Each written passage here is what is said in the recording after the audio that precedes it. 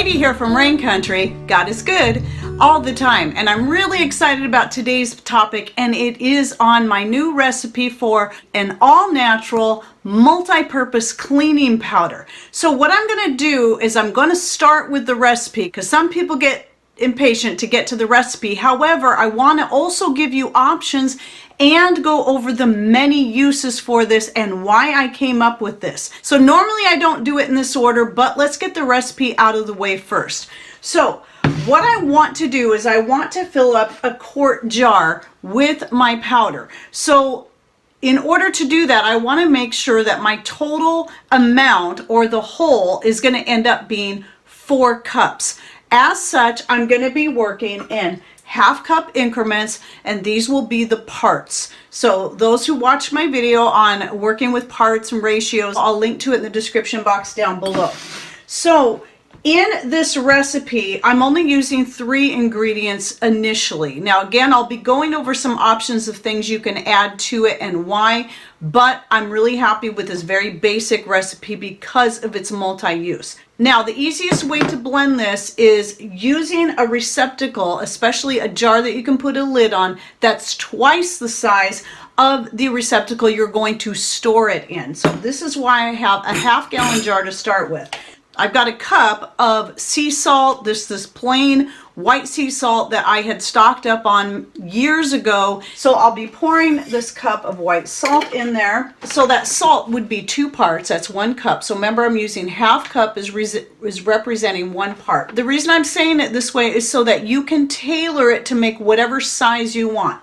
So 2 parts of the salt, and then I'm going to do 3 parts of the baking soda. And yes, Arm & Hammer baking soda is aluminum free because all baking soda is aluminum free. So 3 parts of that going into my jar, 3 parts of the washing soda.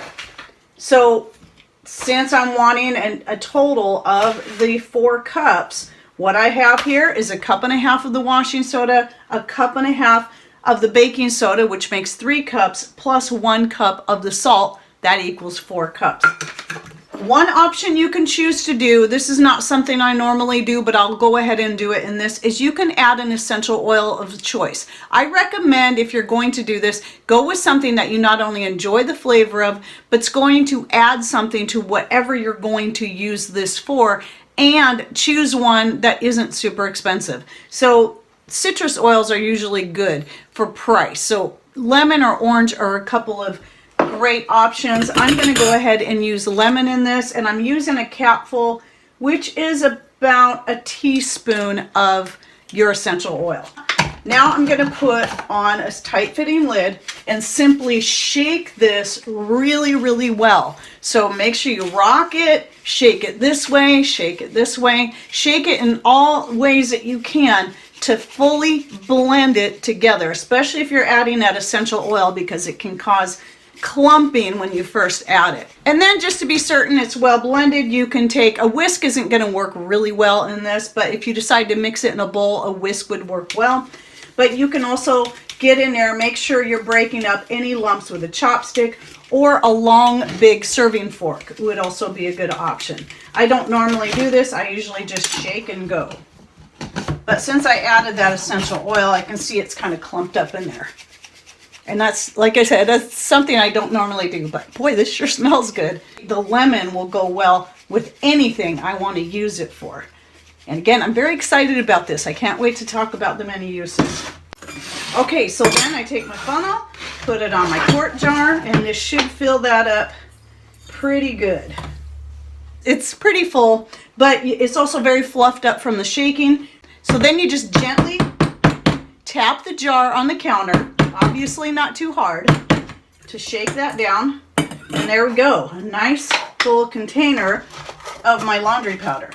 Now that the recipe's out of the way, the next thing I would like to talk about is why I came up with this particular recipe and then how I'm using it. Then I'll also talk about the specific ingredients and what they are good for. I came up with this recipe because someone had shared a video with me, and I'm sorry, I cannot remember the name. I'll go ahead and put her channel name here. Since we got our newer washing machine, we had to replace our old one, and no, we didn't have to replace the old one because of the soap I was using in it.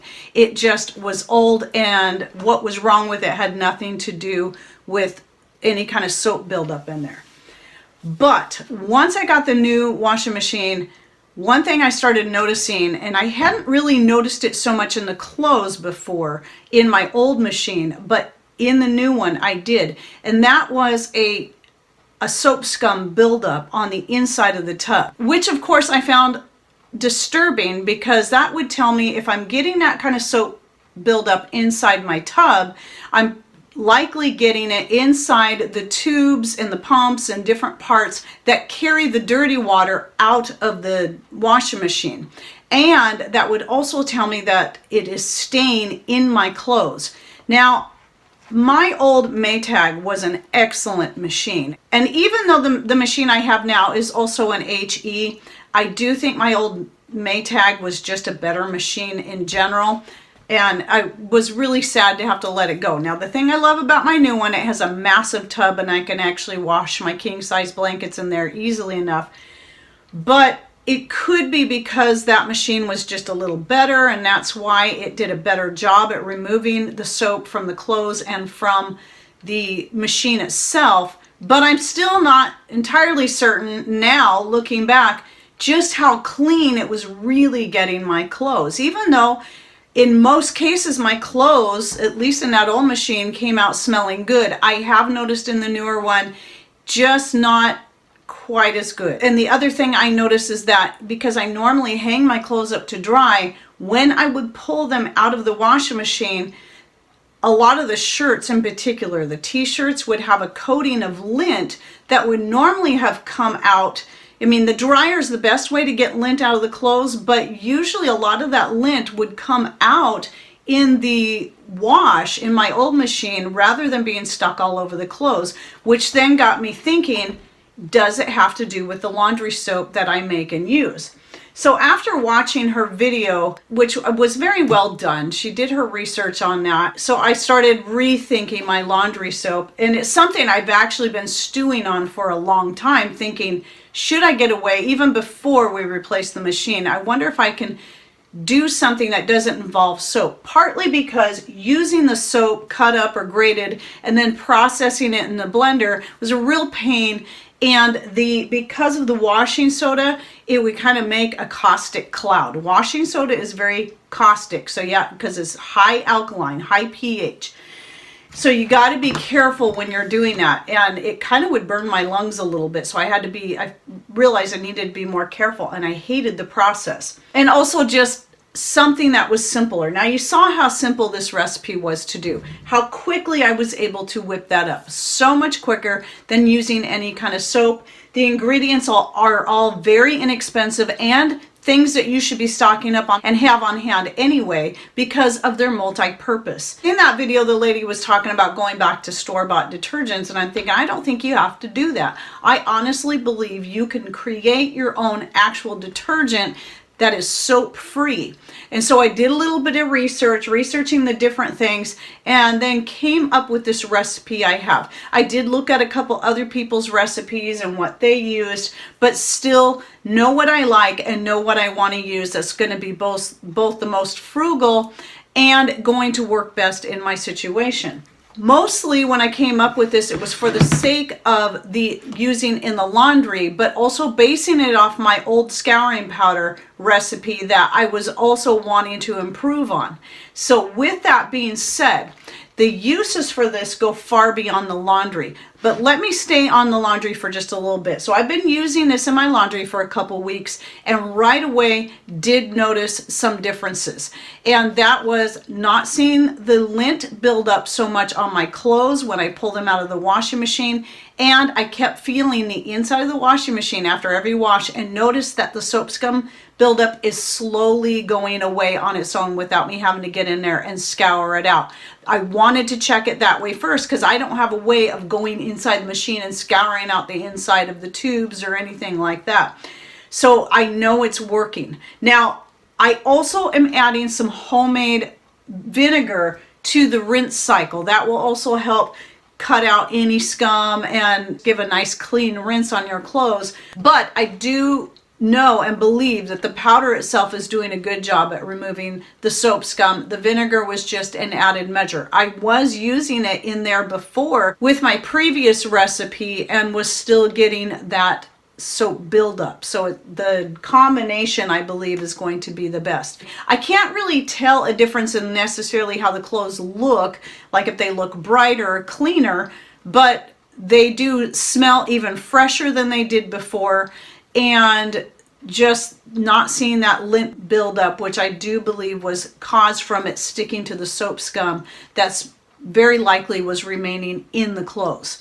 So I'm sure that as time goes on and I keep using this and wash more different clothes, I want to see how that does over time, but I honestly believe this is going to be the best recipe yet. Not only is it the easiest to make, it's the most frugal, and I can see it being more efficient than the previous laundry soap. You should be able to get away with using 1, maybe up to 3 tablespoons tops for a large or very dirty load in your wash. Now, just depending on the size. I've been using more than that simply because I want to make sure that I'm getting out all of the soap scum from the machine and our clothes. So I'm going to be using a higher amount for a while just to make sure I'm getting it all out. And then I'm going to cut back to a tablespoon per load.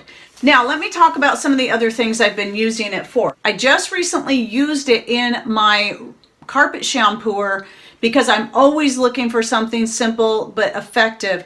And I had some pretty stubborn stains from coffee stains and tea stains where I'm always spilling the coffee or the tea. And Patrick too, he does that sometimes too. I'm worse at it though, because I tend to do this thing, wave my arms around and knock my cup over. That's usually how it happens. And I've been having a hard time getting those stains out. And then there was also an oil stain there from where I had a bowl of my expended herbs from the infused oil that I would use for a fire starter. Well, that bowl got knocked over, and then those greasy herbs got all over the carpet, and so that was another stubborn stain. And I used this in the water and using hot water, and it worked really great to get out the stains. Best I've seen yet at removing stains from my carpet.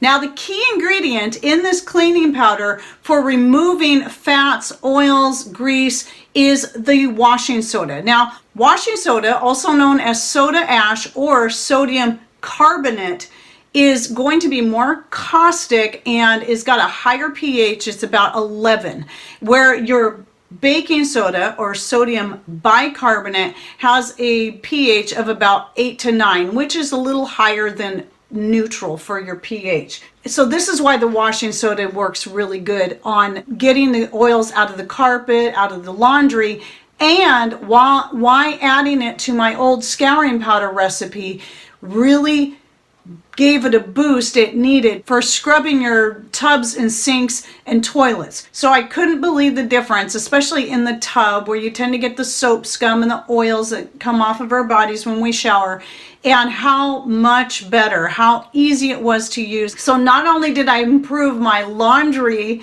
detergent recipe, I also improved my scouring powder recipe. And if that's not enough, I then tried using it for washing dishes. Now, I haven't used it in the dishwasher yet because I very rarely use the dishwasher, but I've used my scouring powder in the dishwasher before, that combined with vinegar, and that did pretty good, using vinegar in the rinse cycle like I would with the laundry.